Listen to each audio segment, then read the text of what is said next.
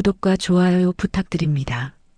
이 이야기는 복수를 위해 스스로 지옥의 가장 깊은 곳에서 걸어 나온 한 여자의 기록이다. 모두가 그녀를 한지민이라고 불렀다. 완벽하게 설계된 우아함, 흠잡을 데 없는 교양, 그리고 탐욕으로 가득 찬 강 회장 일가를 홀릴 치명적인 매력. 하지만 그녀의 심장 밑바닥에는 20년 전 짓밟힌 이서연의 잔인한 증오가 타오르고 있었다. 10년의 치밀한 준비 끝에 마침내 그녀는 그들의 성 안으로 들어섰다. 오늘 밤 그 피의 게임이 시작된다. 오늘 밤 나는 대한민국 상류층이 가장 선망하는 가면을 쓰고 이 무도회에 섰다. 최고급 샴페인의 거품처럼 강 회장 일가의 미술관은 찬란하고 경박하게 빛나고 있었다. 내 이름은 한지민. 미술계가 주목하는 천재 큐레이터이자 강 회장의 후계자 강현우 이사의 약혼녀. 손에 쥔 와인잔은 내 떨리는 신경을 완벽히 숨겨주는 방패였다. 그들이 내게 기대하는 것은 완벽함, 그리고 현우의 곁을 지키는 순종적인 아름다움이었다. 지민 씨, 정말 아름답군요. 강 회장님께서도 당신을 진심으로 아끼십니다. 오늘 밤은 꼭 저와 함께.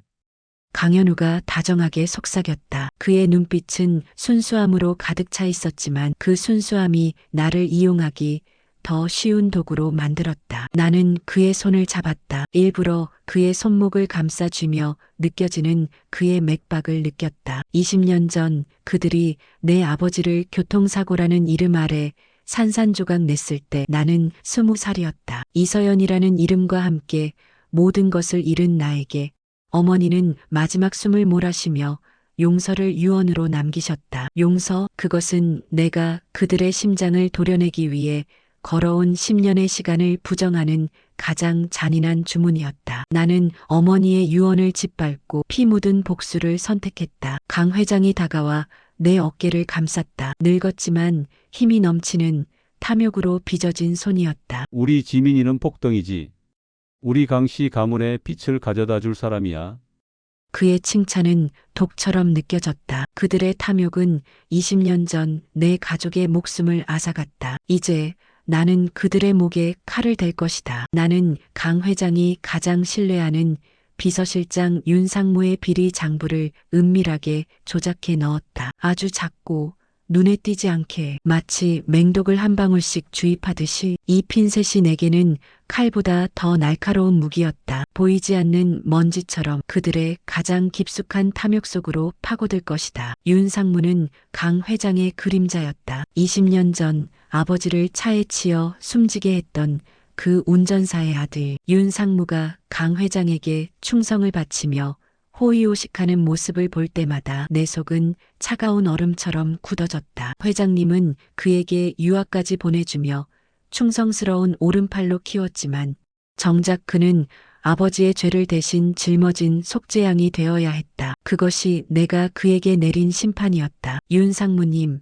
이번 미술품 구입건에 작은 오류가 있는 것 같습니다. 나는 윤상무를 내 사무실로 불렀다. 액수가 너무 미미해서 회장님께 보고 드리기도 민망합니다. 아마 단순한 시스템 오류겠죠. 내 말은 그를 안심시키려는 것처럼 들렸지만 내가 심어놓은 조작된 비리 장부의 오류는 점차 커지고 있었다. 그 오류는 시스템 깊숙이 침투하여 윤상무의 모든 명예와 신뢰를 좀먹기 시작했다. 그날 밤 나는 홀로 서재에서 차가운 와인을 마셨다. 너희 아버지를 죽인 운전사가 누구인지 알아? 바로 저 사람의 아버지야. 윤상무를 볼 때마다 되뇌었던 냉혹한 진실. 나는 강 회장이 가장 아끼는 자를 통해 그에게 고통을 줄 것이다. 며칠 후 검찰이 윤상무의 사무실을 들이닥쳤다는 소식이 들렸다. 명목은 단순한 횡령. 하지만 그 횡령액은 내가 의도적으로 키워놓은 것보다 훨씬 컸다. 윤상무는 억울하다고 소리쳤지만 강 회장은 오직 자신의 손에 피를 묻히지 않기 위해서 그를 버렸다. 나는 강 회장 곁에서 그의 비참한 몰락을 지켜봤다. 회장의 눈빛은 이미 윤상무가 아닌 다음 그림자를 찾고 있었다. 나는 만족했다. 작은 조각이지만 복수의 퍼즐이 맞춰지고 있었다. 이 잔인한 승리는 나의 가면을 더욱 단단하게 만들었다. 다음 표적은 강 회장의 가장 자랑스러운 딸 강채영이었다. 그녀는 교만했다. 명품으로 휘감고 천박한 오만을 교양이라고 포장하는 여자. 특히 그녀가 큐레이터인 나를 대하는 태도는 경멸 그 자체였다. 지민 씨는 센스는 있지만 태생적인 격은 없죠. 현우 씨가 왜 당신을 선택했는지 가끔 의아해요.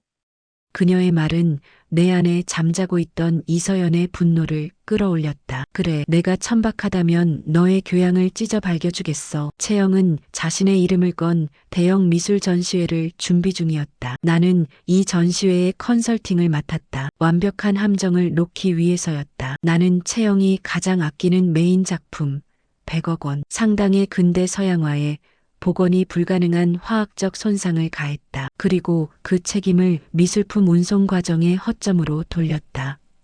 전시회 개막일 메인 작품이 공개되는 순간 객석은 아수라장이 되었다. 기자들의 플래시 세례와 함께 그녀의 얼굴은 창백하게 굳어졌다. 나는 강 회장 곁에 서서 연기했다. 이럴 수가, 채영 씨, 이런 끔찍한 일이.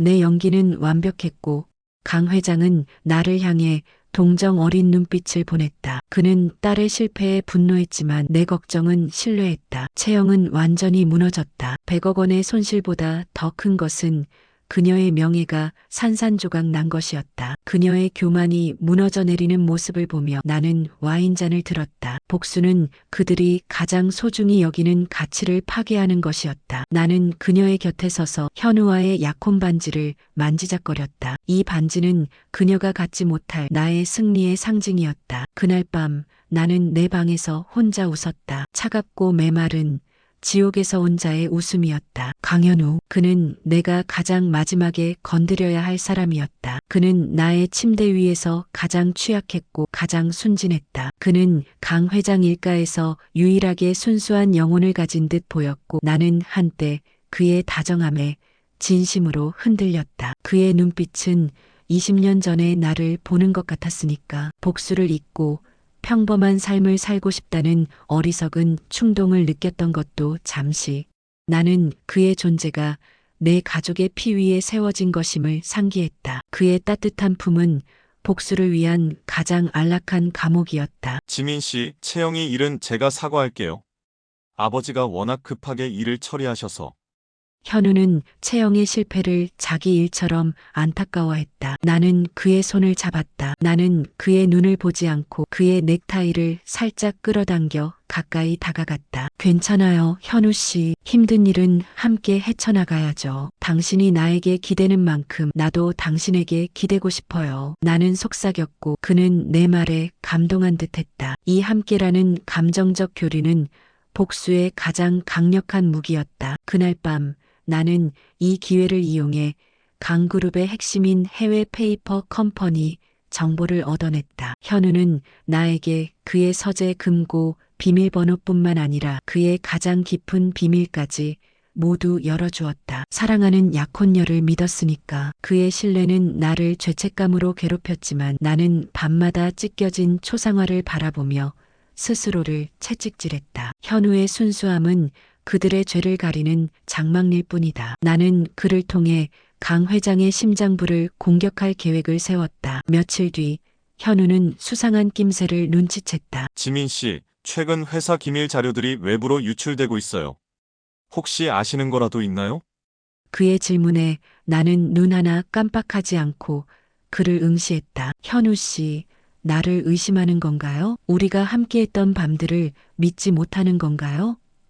그의 눈은 혼란으로 가득 찼고 결국 그는 나를 의심한 자신을 자책했다. 나는 승리했다. 복수의 칼날은 현우의 순수한 마음을 꿰뚫고 그의 가장 깊은 약점을 통해 강 회장의 심장으로 향하고 있었다. 윤 상무가 구속된 지 한 달. 강 회장은 그의 존재를 깨끗이 지워버렸다. 강 회장의 잔인한 실체는 바로 이것이었다. 쓸모가 없어지면 언제든 버릴 수 있는 소모품. 나는 변호사를 통해 그에게 접견을 신청했다. 그는 수척해져 있었고 눈빛에는 패배와 분노가 뒤섞여 있었다. 윤 상무님, 강 회장님은 상무님을 버리셨어요. 이제라도 진실을 말씀하셔야 합니다. 나는 마치 그를 걱정하는 충직한 부하처럼 연기했다. 그의 눈이 격렬하게 흔들렸다. 진실? 그게 뭔데? 내가 다 짊어지게 생겼는데. 그는 절규했다. 그때 나는 그의 귀에 아주 작게 속삭였다. 20년 동안 봉인했던 이름, 당신 아버지 윤재성 씨가 20년 전 내 아버지 이재훈 회장을 차로 치었죠. 당신의 유학 자금은 그 피 묻은 돈으로 마련되었고요. 윤상무의 얼굴은 하얗게 질렸다. 그는 넋이 나간 표정으로 나를 바라봤다. 너는 대체 누구야? 나는 가면을 벗었다. 차가운 분노와 증오가 담긴 이서연의 눈빛으로 그를 응시했다. 나는 이서연이야. 당신들이 짓밟아 죽였던 이재훈 회장의 딸. 그는 공포에 질려 뒷걸음질 쳤다. 지옥에서 온 여자. 당신은 악마야! 그의 외침은 갇힌 접견실 안에서 공허하게 울렸다. 악마, 당신들이 만든 거지. 나는 그에게 최종 제안을 던졌다. 강 회장이 당신에게 숨긴 그 문건의 위치를 말해. 그럼 당신의 아들은 안전할 거야. 윤상무는 잠시 망설였지만 결국 아버지의 죄 때문에 아들까지 파멸할 수 없다는 절박함에 굴복했다. 그는 내게 비밀 금고의 위치와 비밀번호를 알려주었다. 그 문건은 강 회장의 모든 범죄가 담긴 폭파 버튼이었다. 나는 승리했다. 비록 손에 피를 묻혔지만 나의 복수는 한 발짝 더 나아갔다. 복수의 칼날이 강 회장의 심장까지 닿기 직전 예상치 못한 변수가 발생했다. 강채영이었다. 그녀는 여전히 전시의 실패의 수모에서 벗어나지 못했지만 복수심에 불타 윤상무의 사건을 뒤쫓고 있었다. 그녀는 윤상무의 사무실에서 내가 실수로 떨어뜨린 아주 작은 금속 조각,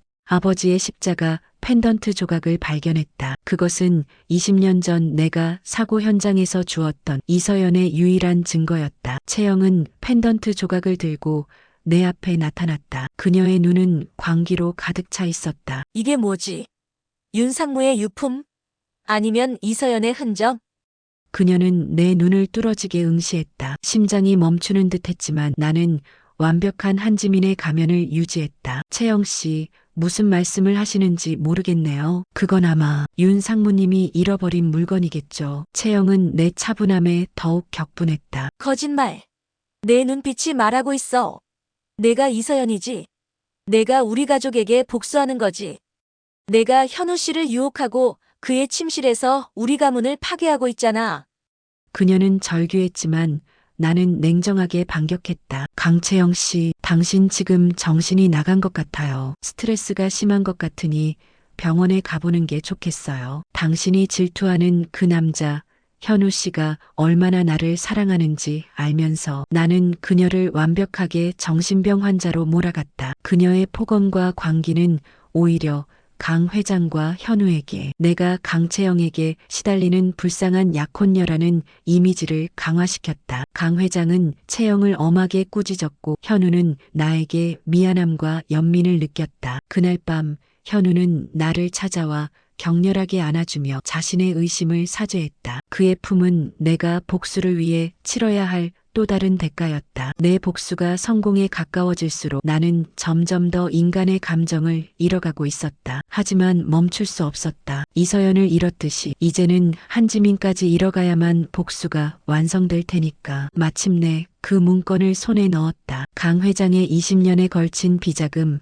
횡령, 탈세, 그리고 아버지 교통사고, 조작에 대한 구체적인 지시 내용까지. 그것은 강 회장 일가를 한순간에 무너뜨릴 수 있는 폭파 버튼이었다. 나는 가장 안전하고 확실한 방식으로 복수를 실행하기로 결정했다. 바로 한지민이 아닌 익명의 공익 제보자를 통해서였다. 강 회장이 주최한 그룹 창립 기념 파티, 수많은 정재계 인사들이 모인 자리였다. 나는 현우의 팔짱을 낀 채 여왕처럼 당당하게 입장했다. 현우의 팔짱을 낀 나의 손목에는 강 회장이 선물한 다이아몬드 팔찌가 섬광처럼 빛났다. 파티가 절정에 달했을 때 나는 강 회장의 가장 가까운 측근에게 그 문건 사본을 담은 USB를 건넸다. 그리고 동시에 언론사에는 익명으로 파티 현장과 관련된 대규모 폭로 기사를 제보했다. 강 회장은 축사를 시작했다. 우리 강 그룹은 지난 20년간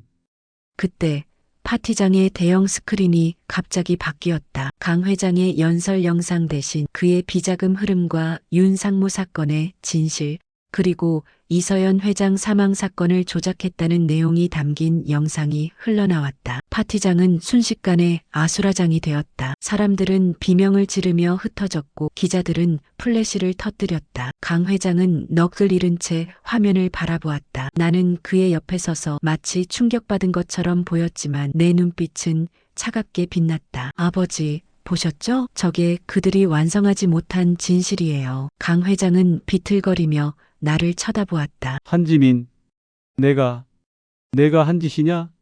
나는 떨리는 목소리로 대답했다. 회장님, 저는 아무것도 몰라요. 이게 대체 무슨 일이죠? 완벽한 연기였다. 복수는 성공했다. 나는 그들이 가장 화려한 순간에 그들을 지옥으로 끌고 내려왔다. 다음 날 강그룹은 걷잡을 수 없는 혼란에 빠졌다. 주가는 폭락했고 강 회장은 검찰의 소환 통보를 받았다. 언론은 연일 재벌가의 추악한 민낯을 보도했고 강 회장의 명예는 바닥으로 추락했다. 나는 현우의 곁을 지켰다. 그는 완전히 무너져 있었다. 지민 씨, 우리 가족이 이럴 리 없어요. 이건 음모예요. 누군가 아버지를 함정에 빠뜨린 거예요.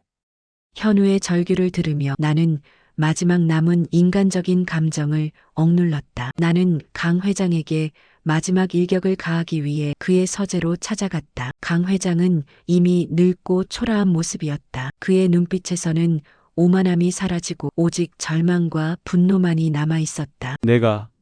내가 이서연의 딸이냐? 아니, 내가 이서연 본인이냐? 강 회장이 쉰 목소리로 물었다. 나는 더 이상 숨기지 않았다. 강 회장님, 저는 이서연이에요. 20년 전 회장님의 탐욕으로 아버지의 목숨을 잃은 이재훈 회장의 딸. 내 목소리는 얼음장처럼 차가웠다. 강 회장은 몸을 떨었다. 용서해라. 서연아, 나는 그저 사업을 하려고 했을 뿐이야. 너의 아버지가 내 길을 막아서. 그는 변명하려 했지만 나는 그의 말을 잘랐다. 그것 때문에 한 사람의 인생 전체를 파괴했군요. 회장님께 가장 소중한 것을 빼앗아갈 차례예요. 나는 미리 준비한 서류를 내밀었다. 강 회장의 모든 개인 재산과 미술품을 공익재단에 기부한다는 내용의 서류였다. 나는 그가 가진 모든 부와 명예를 사회에 환원하도록 강요했다. 그는 저항했지만 이미 세상은 그를 외면한 뒤였다. 복수는 성공했다. 강 회장은 그날 오후 검찰에 소환되는 길에 기자들에게 둘러싸여 쓰러졌다. 나는 강 회장의 파멸을 멀리서 지켜보았다. 내 마음은 텅 비어 있었다. 강 회장의 구속과 함께 강그룹은 해체 절차를 밟았다. 강채영은 정신병원에 입원했고 그들의 화려했던 성은 모래성처럼 무너졌다. 나는 모든 것을 손에 넣었다. 하지만 승리자의 기쁨은 없었다. 내 안에는 오직 공허함만이 가득했다. 내가 복수를 위해 만들었던 한지민이라는 가면이 이서연의 본질을 완전히 집어삼켰기 때문이었다. 현우가 나를 찾아왔다. 그는 모든 진실을 알고 있었다. 이서연. 아니, 지민 씨.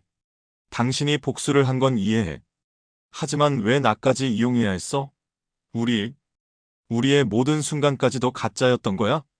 그의 눈은 슬픔과 배신감 그리고 절망으로 가득 차 있었다. 나는 현우를 응시했다. 더 이상 냉정한 가면을 쓸 필요가 없었다. 현우 씨, 나는 당신을 사랑하려고 했어. 진심으로 당신에게서 아버지의 따뜻함을 보았으니까. 하지만 당신은 강 회장의 아들이야. 당신의 따뜻함은 내 가족의 피 위에 피어난 꽃이었지. 나는 그 꽃을 꺾고 그 피를 이용해야 했어. 내 목소리는 무덤덤했지만 내 안에 이서연은 고통으로 울부짖고 있었다. 복수를 위해 썼던 나의 모든 감정, 나의 모든 행위, 심지어 가장 은밀한 순간까지도 나의 무기였다는 잔혹한 진실. 현우는 절망하며 내 곁을 떠났다. 그의 마지막 눈물은 내 심장에 박힌 마지막 비수가 되었다. 그날 밤 나는 다시 미술관의 특별 전시실로 돌아왔다. 찢겨진 아버지의 초상화 앞에 섰다. 그리고 거울을 보았다. 거울 속에는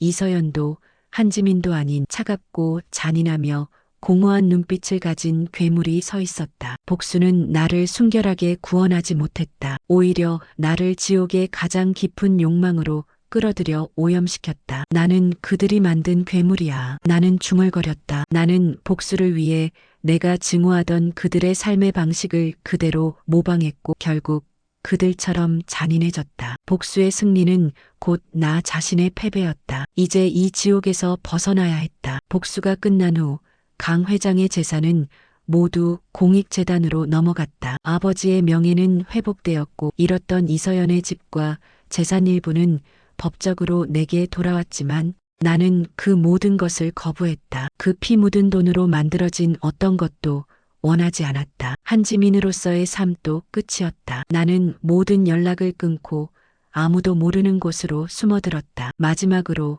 나는 미술관의 폐쇄된 특별 전시실로 돌아왔다. 무대에는 여전히 찢겨진 아버지의 초상화가 걸려 있었다. 나는 조용히 초상화 앞에 서서 마지막 남은 핀셋을 들었다. 20년 동안 내 손을 떠나지 않았던 이 복수의 도구. 나는 핀셋으로 그림 주변을 둘러싼 액자 틀을 조심스럽게 건드렸다. 아버지, 용서를 바라시지 않았나요? 저는 실패했어요. 증오가 나를 지배했고 저는 복수를 끝냈지만 용서라는 평화는 얻지 못했어요. 나는 나의 모든 것을 바쳤고 결국 남은 것은 오염된 영혼뿐이에요. 나는 초상화 앞에 무릎을 꿇었다. 그때 핀셋이 내 목걸이에 걸린 낡은 십자가 펜던트를 건드렸다. 20년 전 사고 현장에서 주었던 그 유일한 증거, 이서연의 흔적이었다.